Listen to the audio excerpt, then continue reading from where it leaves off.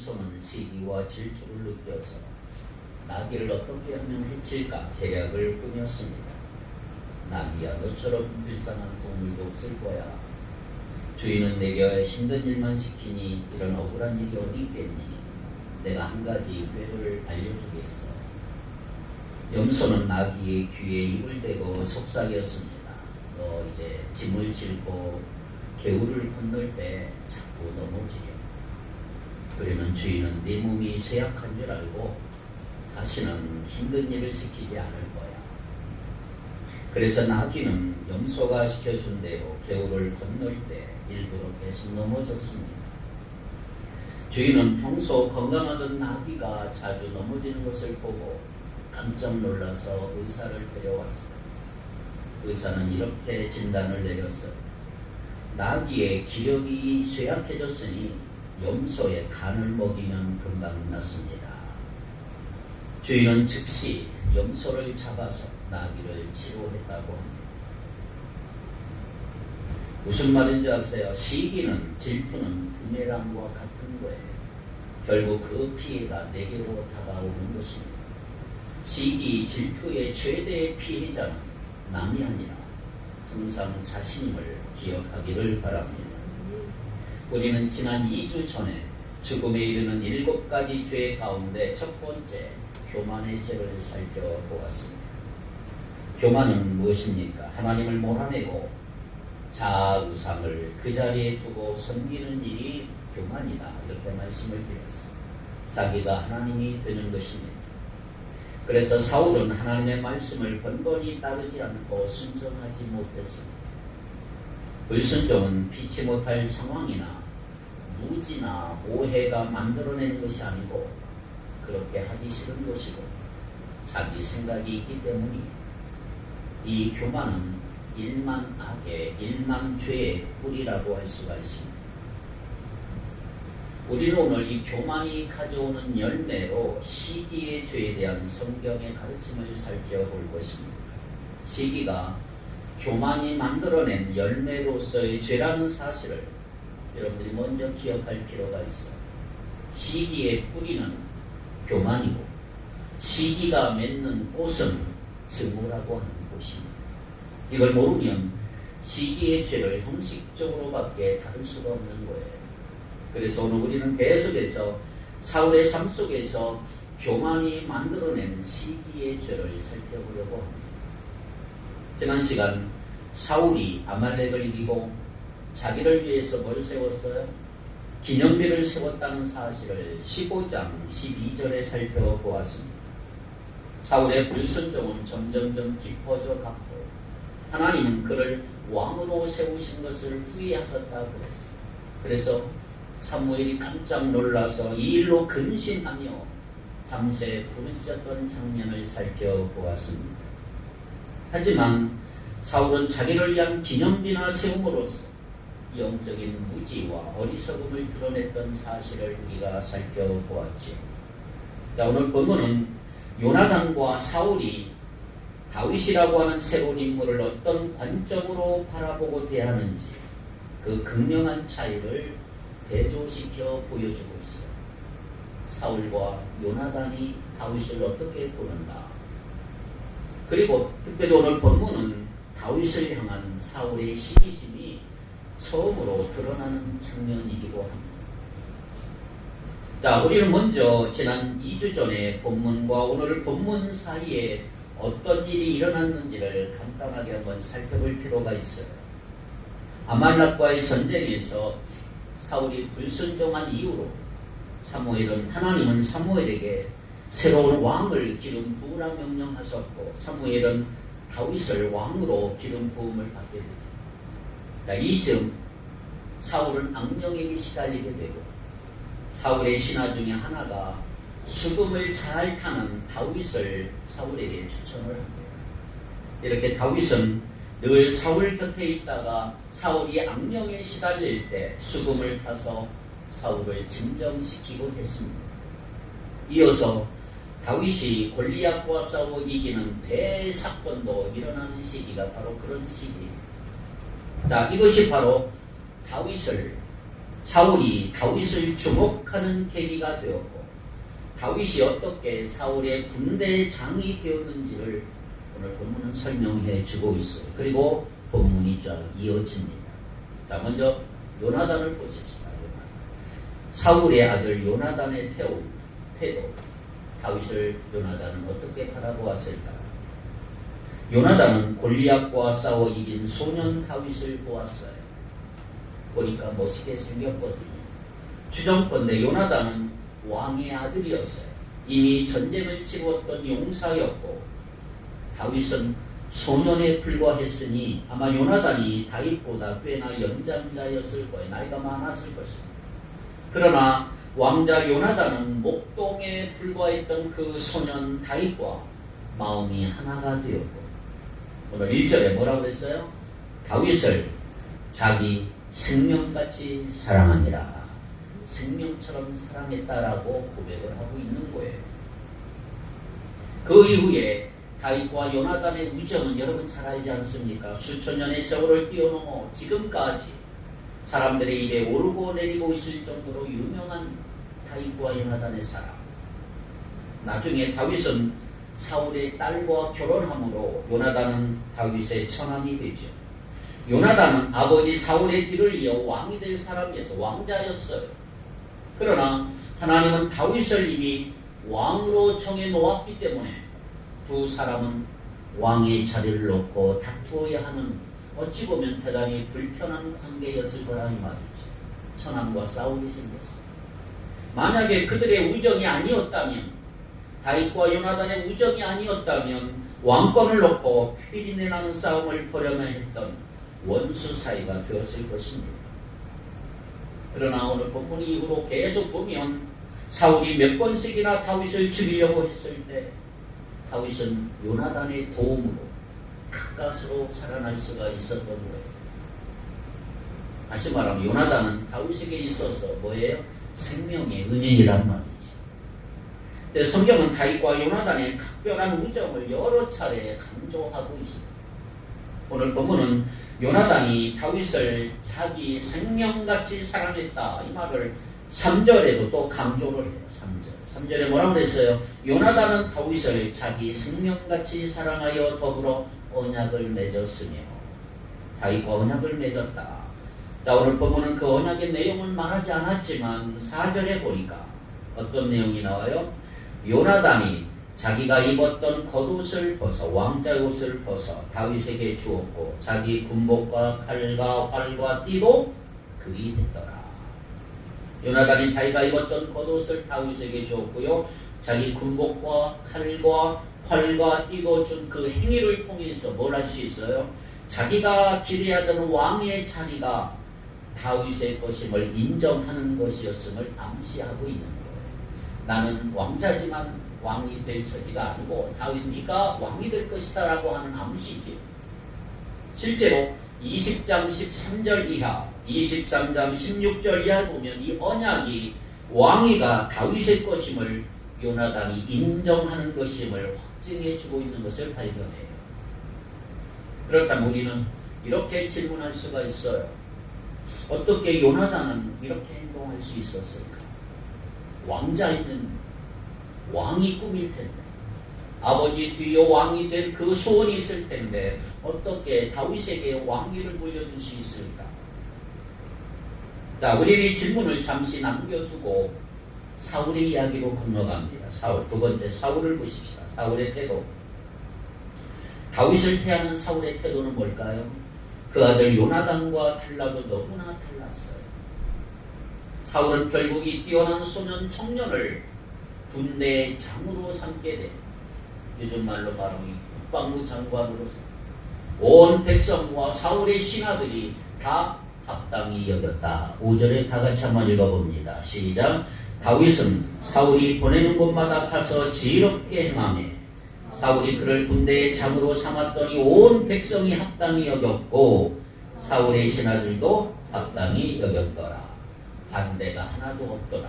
어린 소년이 국방부 장관이 됐는데 아무런 얘기가 없고 다 찬성했단 말이에요. 얼마나 지혜로운 왕이었나, 지혜로운 다윗이었는가를 발견할 수가 있었죠.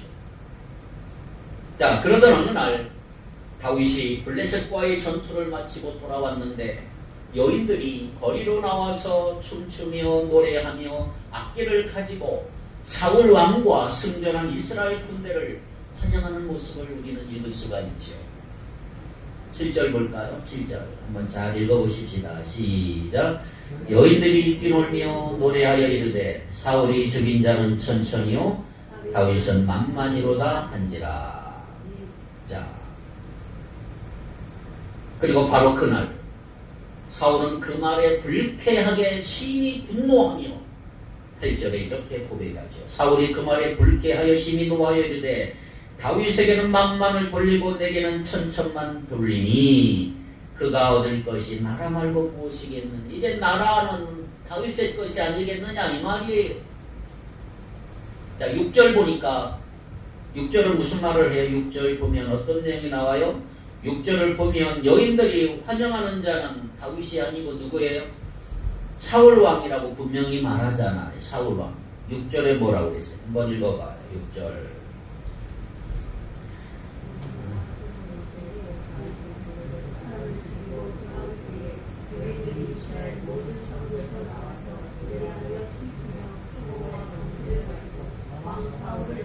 누구를 환영했어요?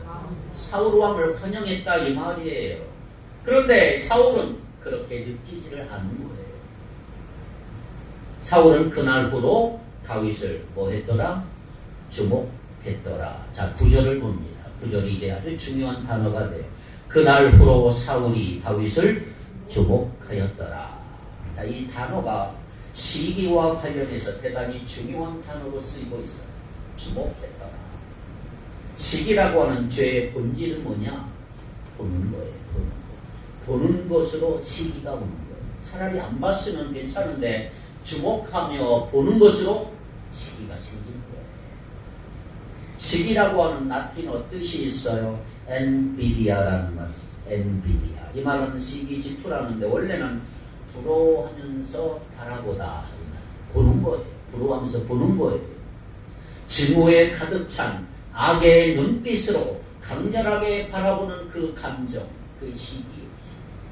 시기는 지금 사울이 지금 보여주고 있듯이 누군가를 찜찜하게 보는 데서 시작하는 죄라고 할 수가 있는 거죠.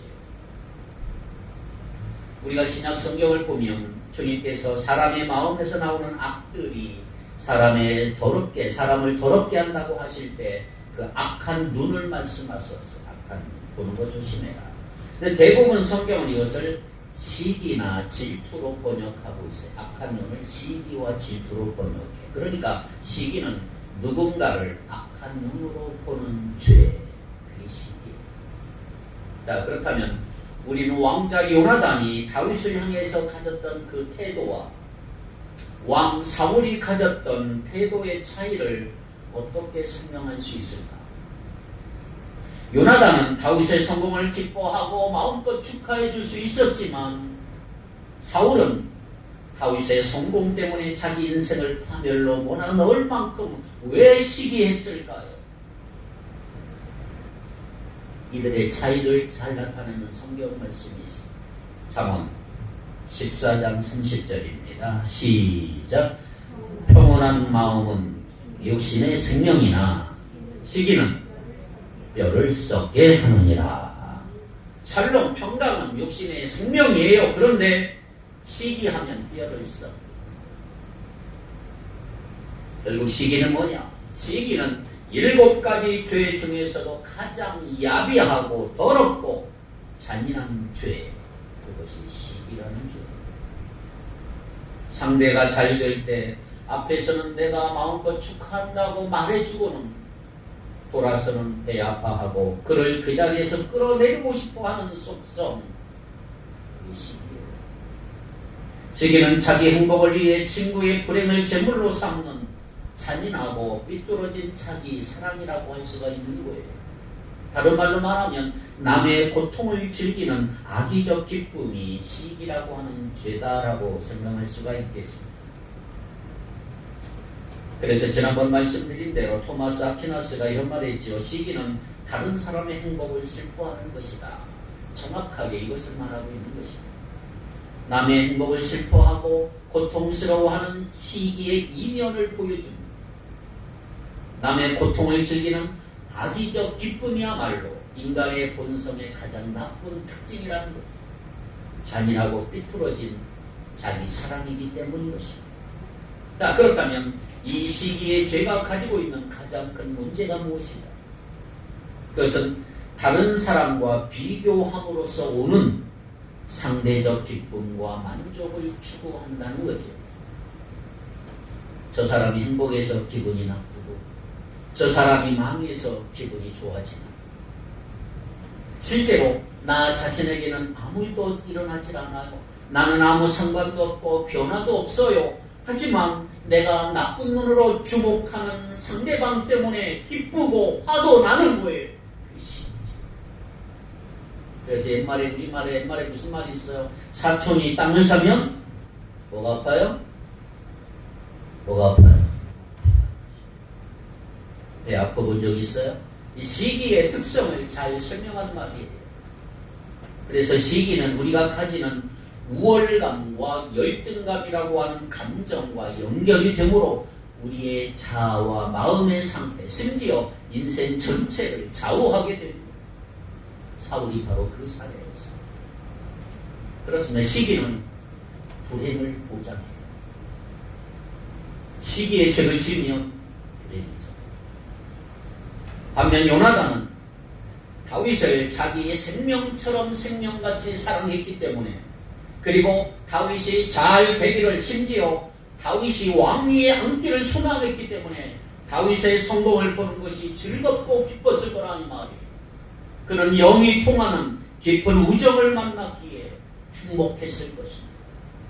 그러므로 우리는 계속 이 질문을 할 필요가 있어요. 무엇이 사울과 요나단의 차이를 만들어냈을까? 무엇이 요나단과 사울의 차이를 만들어낸 것입니다. 우리는 아무도 사울과 같은 인생 살기를 바라지 않아요. 그렇습니다. 시기의 문제는 뭘까요? 사울의 시기가 처음 발동한 것은 언제예요? 여인들의 칭송이 있었을 때. 여러분, 칭찬해주는 사람이 있으면 조심하셔야 합니다. 사울이 칭송을 받지 않았습니까? 받았어요. 하지만 그는 비교했어요. 다윗이 자기보다 더 칭송을 받았다고 느꼈기에 불쾌한 것입니다. 불쾌했던 거죠. 시기는 내가 가졌거나 가지지 못한 것에 초점을 맞추기보다는 자기가 누구인가에 초점을 맞추는 거예요. 자, 내가 자동차가 없다는 것은 단순히 소유가 없다는 것 이상을 의미하고 있어요. 그것은 인간으로서 부족하거나 결함이 있음을 의미하고 있어요. 이것은 사람이 자신을 치장하는 외적인 소유로 자기 존재를 확인하려고 하는 심리라고 할 수가 있는 것입니다. 시기는 자기가 가지지 않는 것 때문에 자신이 덜 존경받을 만하고 덜 사랑스러운 존재라고 느끼고 있는 거지. 이 점에서 시기는 자신의 자아를 파괴하고 인생을 파멸로 이끌어가는 무서운 죄라고 할 수가 있는 것입니다. 그리고 중요한 것은 내 옆에 누군가의 성공을 주목하면서 나 자신에게는 정작 어떤 일도 일어나지 않았음에도 불구하고 불쾌하고 분노하는 특징을 가지고 있는 것입니다. 시기와 거의 같은 말로 씌어지는 질투라는 말이 있어요. 질투는 대개 삼각관계의 사랑에서 이야기가 쉬워요. 내 소유라고 느끼는 제3자 인격이나 물건을 놓고 질투는 일어나는 거예요.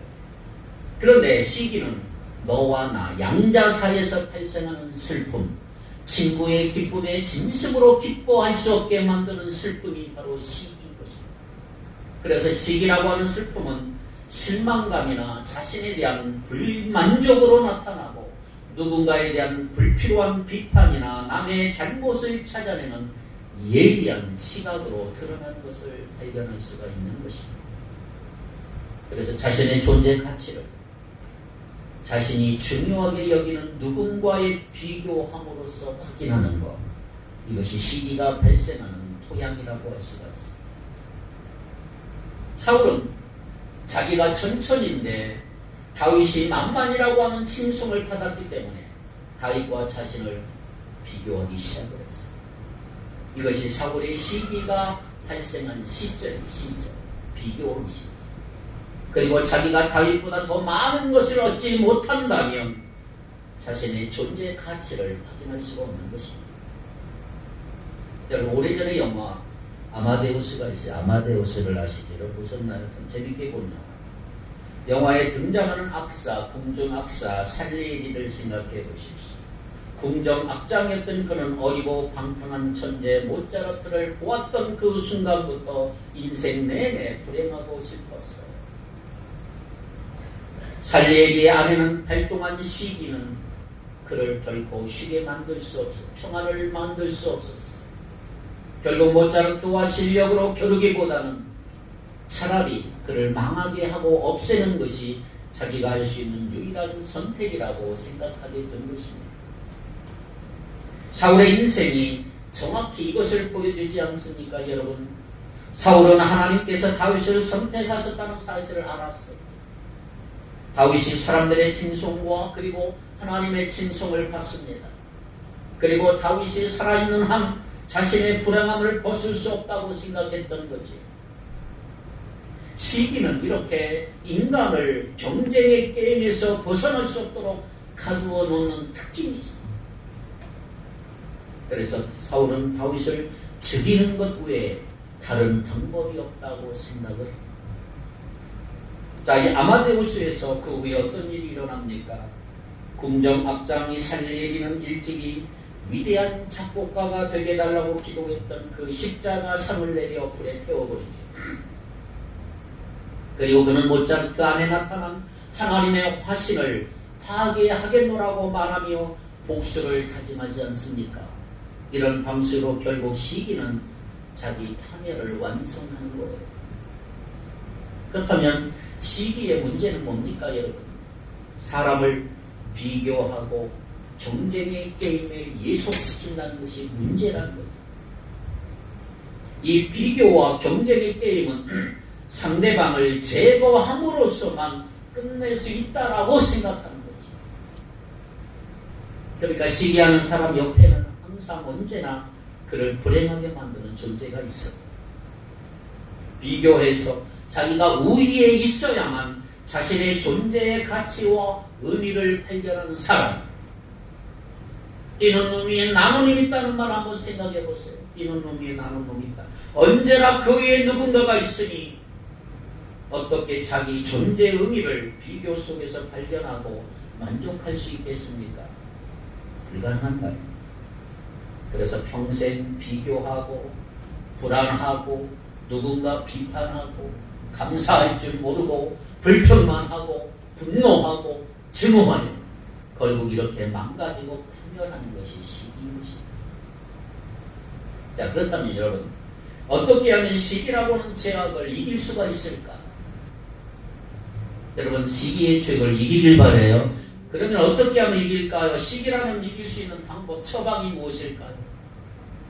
그것은 복음 안에서 자족하는 삶이다. 복음 안에서 자족할 때 시기를 이길 수가 있다. 시기는 비교라고 하는 우상을 섬기는 죄. 그 옆에는 늘 비교의 대상이 존재합니다.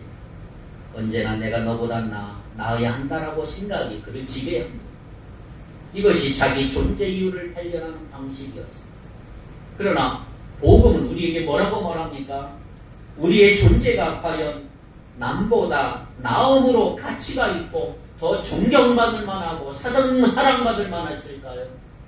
남보다 더 좋아서 내가 구원받았나요? 남보다 더 똑똑해서 내가 구원받았나요? 그게 아니에요. 우리의 존재 가치가 그런 건 아니에요.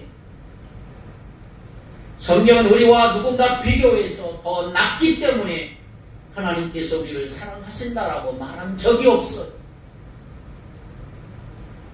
달란트 비유를 보면 주님은 5달란트, 어떤 사람 2달란트, 어떤 사람 1달란트 받은 것이 그들의 능력에 준한 것이라 할지라도 중요한 것은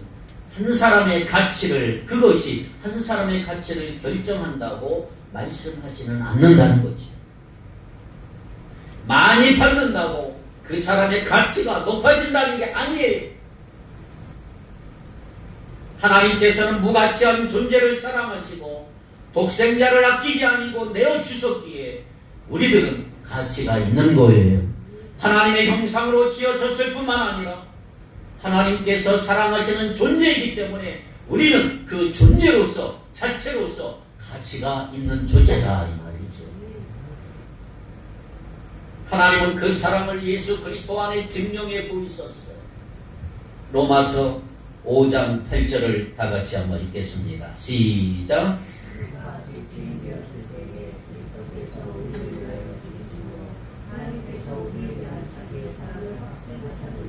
예수 믿는 그리스도인은 이 복음의 사실에 근거하여 하나님의 인정 안에서 만족하는 사람인 줄 믿습니다. 하나님께서 자족하시는 말씀의 근거는 이미 자족할 수 있는 모든 조건이 복음 안에서 주어졌기 때문이다. 할렐루야. 시편 23편 1절을 한번 보십시다. 여호와는 나의 목자시니 그 다음에 내게 부족함이 없으리로다. 부족함이 없다. 내게 자족함이 있다. 자족은 복음이 신자 안에서 맺는 열매이고 우리 그리스도인들의 삶의 알파와 오메가다 이 말이에요. 그래서 바울 사도는 디모데전서 6장 6절에 이렇게 말씀하고 있어요. 그러나 자족하는 마음이 있으면 경건은 큰 이익이 되느니라. 자족하는 마음이 있으면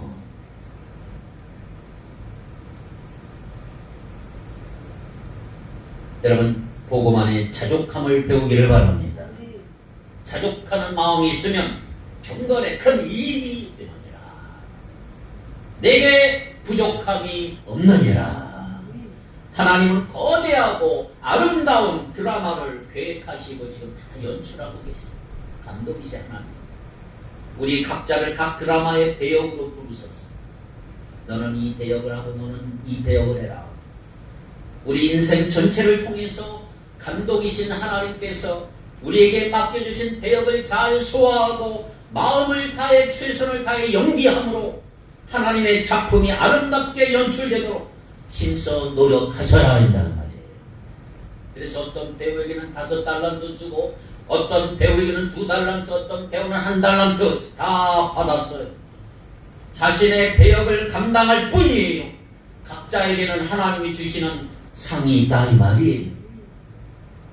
그런데 만일 한 배우가 이 배역 말고 다른 배역 하겠다고 막 우긴다면 그것은 하나님께서 만들어 가시는 이 거대하고 아름다운 작품을 망가뜨리겠다는 거예요.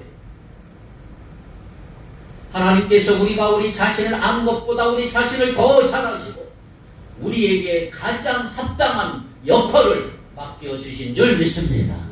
그러기에 자족은 하나님의 축복과 선하심을 믿는 신앙의 최고의 표현이 자족이에요. 믿음의 최고의 표현이 자족이라는 말이에요. 하지만 시기가 일단 내 마음에 뿌리를 내리기 시작하면 이해할 수 없는 행동들을 하게 돼요. 하나님이 복 주시는 손이 다른 사람들에게서 일하시는 모습을 분명하게 보고 알고 있는데 하나님이 주시는 복임을 알면서도 사울처럼 그를 적으로 만들고 시기가 뿌리를 내리는 거예요. 사울도 요나단처럼 하나님께서 다윗과 함께 하심을 보고 알았어요. 하지만 그는 다르게 반응을 해버리고 말았어요. 다윗을 적으로 만들고 말았어요. 그는 하나님의 사랑과 인정을 확인할 수 없었기 때문에 자족할 수 있는 마음이 없었던 거예요. 왕이었음에도 불구하고 그 지위가 그를 만족하게 해주지를 못했던 거예요. 그렇습니다. 여러분, 인간은 하나님 없이 왕이나 재물이나 성공만으로 자족할 수 없어요. 그 옆에 누군가가 있기 때문이에요. 사울에게는 다윗이 있었어요. 다윗이 자기보다 더 나은 칭송을 받는 것을 그는 감당할 수가 없었던 거예요. 그래서 시기에 대한 하나님의 처방은 바로 복음입니다. 복음. 복음 안에서 하나님은 우리를 향한 하나님의 사랑을 확증하셨고 주님의 선하심을 온전하게 드러내 주신 줄 믿습니다. 그래서 하나님의 선하심을 맛보아 아는 사람은 결코 시기하지 않습니다. 시기의 유혹을 쉽게 빠져들어가질 않아요. 여러분, 신앙이 뭐예요? 믿음이 뭡니까?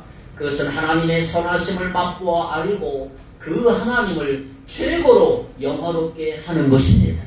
하나님의 선하심을 누리는 것은 내 삶에만 한정되질 않아요.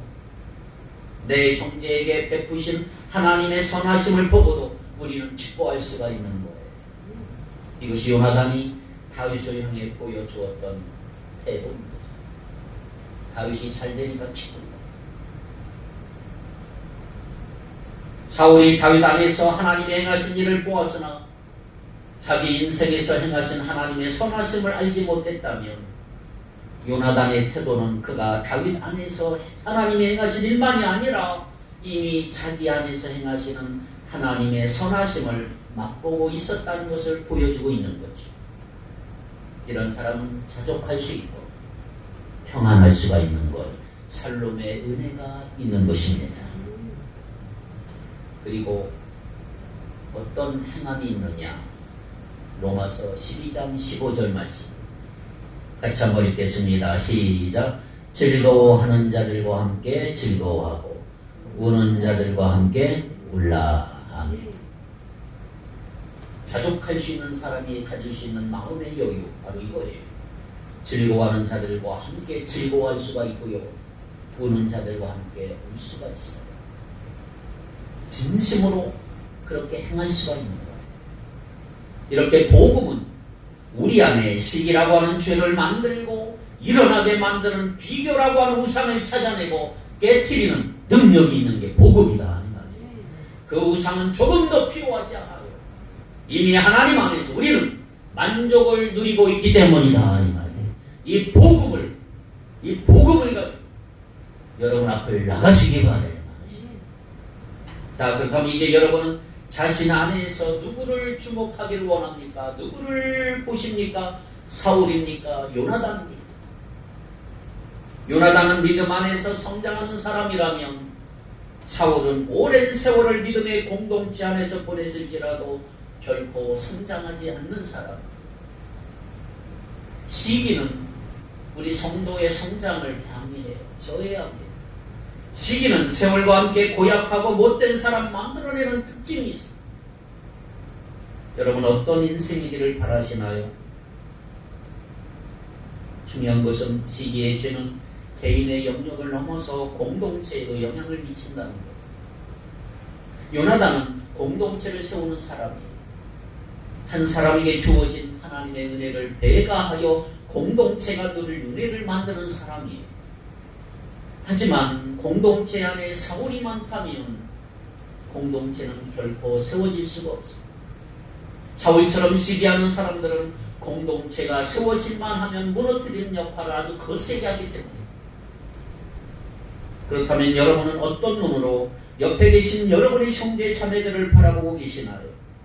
어쩌면 사울이 다윗을 주목하였던 그 악한 눈으로 형제들을 보고 있지는 않느냐 이 말이에요. 그 악한 눈이 바로 사람을 죽음에 이르게 하는 시기라고 하는 죄다.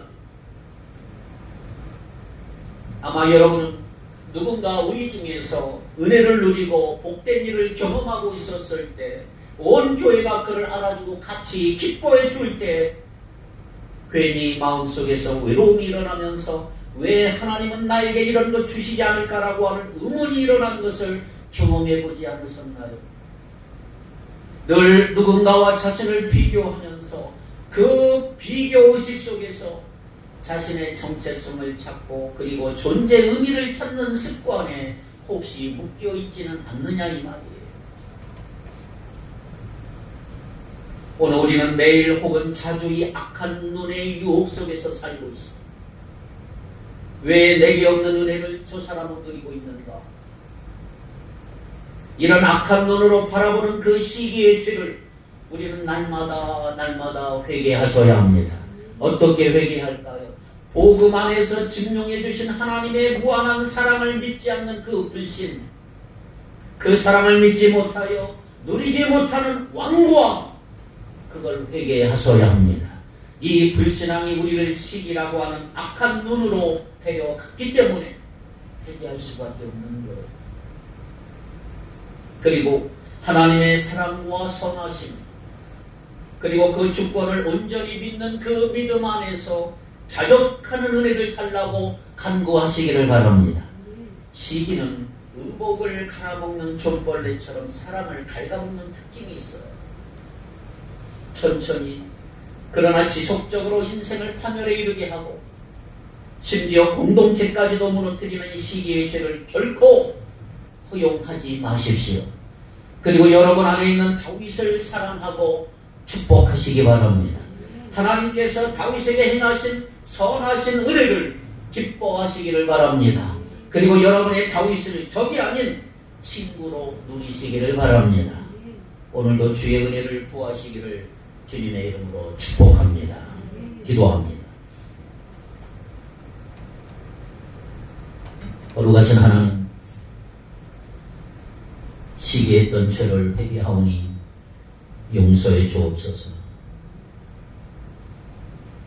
교만이 만들어낸 시기 때문에 많이 힘들어했던 저들의 삶을 붙잡아 주시고, 시기 때문에 결코 기뻐할 수 없었다면 회복할 수 있는 기쁨 허락해 주시옵소서. 예수 그리스도 안에서 복음 안에서 자족하는 삶을 살아갈 수 있도록 인도해 주시며 하나님의 선하심을 맛보아 알아가는 우리의 삶이 되도록 도와주옵소서. 내 안에 시기라는 죄를, 비교라는 우상을 찾아내고 부서뜨리는 능력, 복음의 능력을 붙잡게 해 주시옵시고 나와 공동체까지 무너뜨리는 시기의 죄를 결코 허용하지 않게 하시며 사랑하고 축복하며 섬기며 선하신 은혜를 기뻐할 수 있는 은혜를 마음껏 내려 주시옵소서. 이 은혜를 구하며 살아가는 우리 모두가 되기를 원하오며 예수님 이름으로 기도하옵나이다. 아멘.